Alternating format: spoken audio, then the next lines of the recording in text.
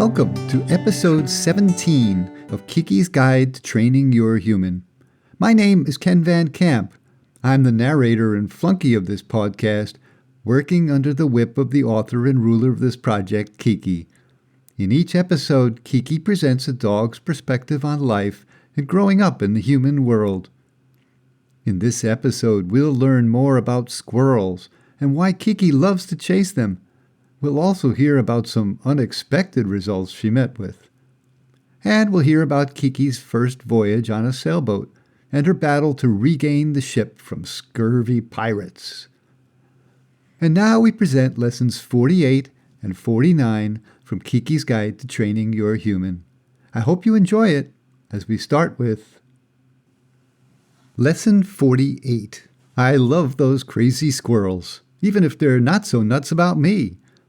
3 things you probably never knew about squirrels. Squirrels are great fun to chase any time of the year, but I see them most in the fall when they're busy gathering and hiding food for winter. Their coats are lighter this time of year, their bodies turning silver gray, and their faces changing from buffy brown to white. Last week, I talked about why I love the fall. In this post, I'll talk about why I love squirrels, especially in the fall, and you'll learn 3 things you probably didn't know about them. Number 1. Did you know squirrels have 4 toes on their front feet, but 5 on their back ones? At first glance, they look like human hands. Their front paws have 4 long digits plus a short, stubby thumb, but 5 long digits on the back paws. Claws allow them to grasp tiny bumps in the bark of a tree and scale a massive trunk, yet the same toothpick-sized digits can also wrap around a twig and allow climbing the highest branches, and they can hold a nut in a single paw. They're equally adept at either hopping or running on the ground, depending on the situation. And of course, those amazing paws can climb trees, hold nuts, and play the intro to Rhapsody in Blue on the clarinet. Number 2. Did you know squirrels' back legs are double-jointed? Think about it. Humans can climb up a tree, but did you ever consider climbing down head first? Those crazy squirrels can do it. They climb up a tree trunk using their hook-like claws to grasp tiny bumps in the bark. They climb down the same way, but it wouldn't work if the claws were all facing forward. Instead, they turned their back paws around 180 degrees. This is the trick that allows them to hang onto a tree trunk upside down or climb down head first. People call my humans tree huggers, but they got nothing on squirrels. I saw a squirrel on the ground during my last walk.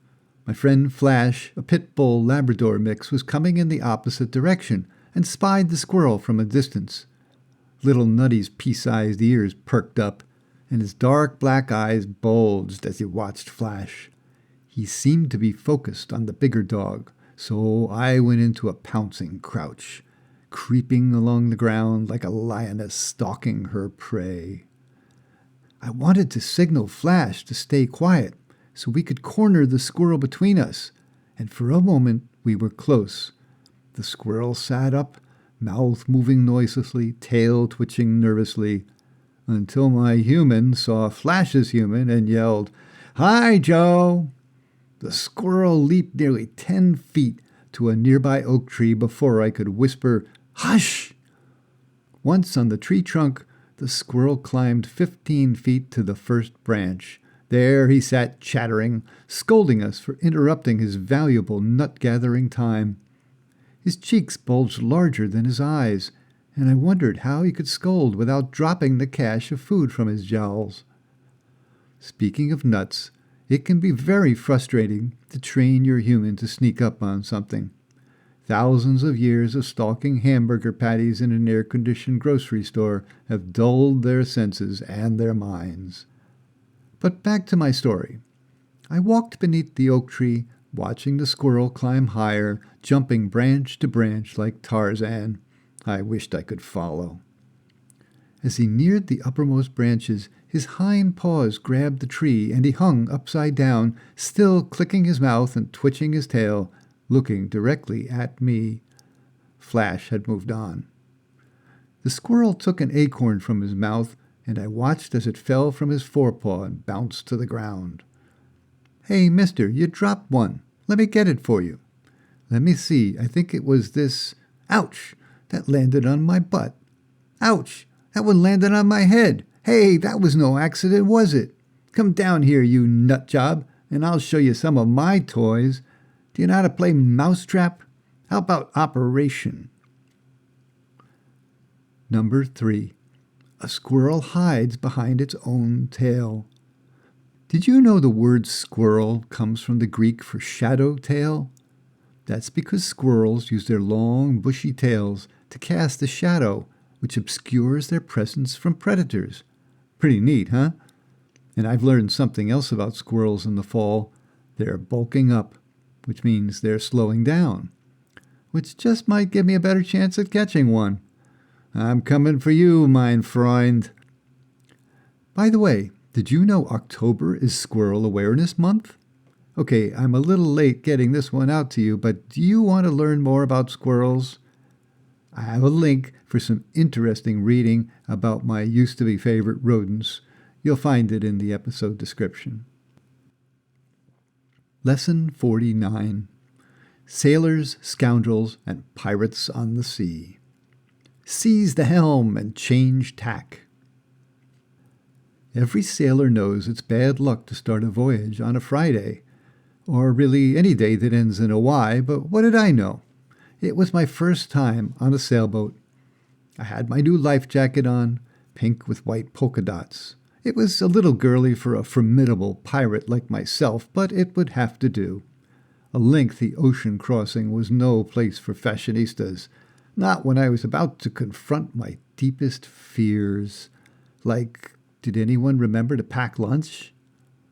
But that day, I was Jack Sparrow, about to change tack and sneak aboard the Black Pearl, now under the command of the backstabbing Hector Barbossa. A daytime moon hung like a stolen pearl in the sky, and rustling breezes whispered tales of mutiny, treachery, and fresh droppings on the poop deck.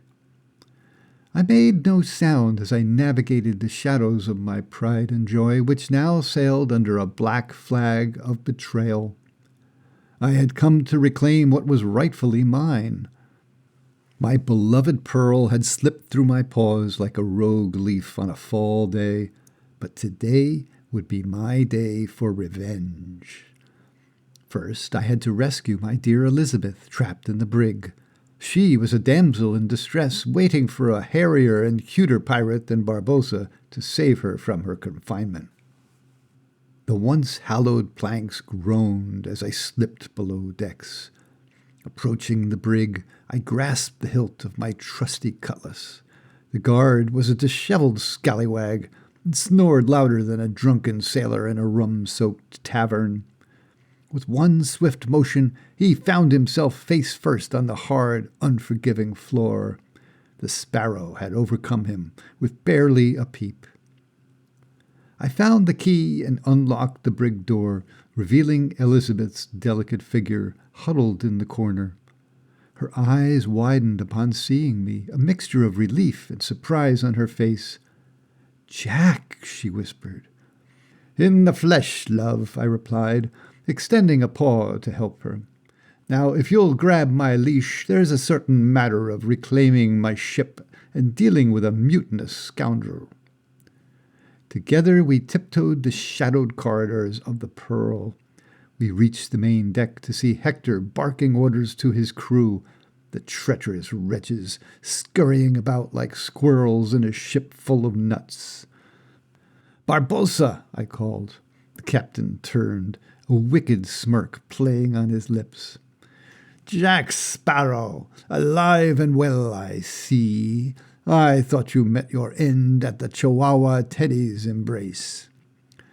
"A minor inconvenience, my dear Hector," I replied, as I swaggered onto the deck with Elizabeth at my side. "And now I've come to reclaim what's rightfully mine."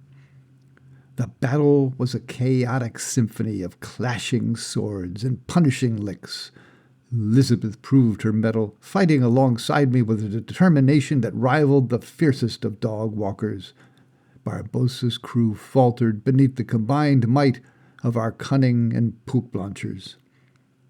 Ultimately, it came down to a duel between Barbossa and me. Our blades danced in the sunlight, the clash of steel echoing across the silent sea. With a swift parry and a well-timed tongue-lashing, I disarmed Barbossa, leaving him deflated and defeated. "Now, Hector," I said, smiling, "I believe it's time for you to take an extended vacation to Isla de Muerta." As the crew surrendered and the Black Pearl returned to her rightful captain, I couldn't help but feel the familiar embrace of the ocean breezes, the fall of acorns, and the call of adventure. It was my turn to growl orders at the crew. "Hoist the Jolly Roger! Let's whip these scurly scallywags into shape or keel-haul a lot of 'em." With Elizabeth at my side, the horizon stretched before us like a canvas of endless possibilities, at least as far as Lake Harris would take us. Thank you for listening to this episode of Keke's Guide to Training Your Human. I'm Ken Van Camp, and I hope you've enjoyed this performance. If so, please rate it and leave feedback. You can post feedback on our Facebook page or email. The addresses are in the episode description. We are dropping a new episode of Keke's podcast every weekend on all major podcast apps. Make sure you follow Keke's Guide so you'll be notified as each episode becomes available. So what will happen next? Will Keke catch the squirrel? What will Jack Sparrow's next adventure be on the high seas? Be sure to join us for the next episode of Keke's Guide to Training Your Human and find out, because dogs are people too, you know?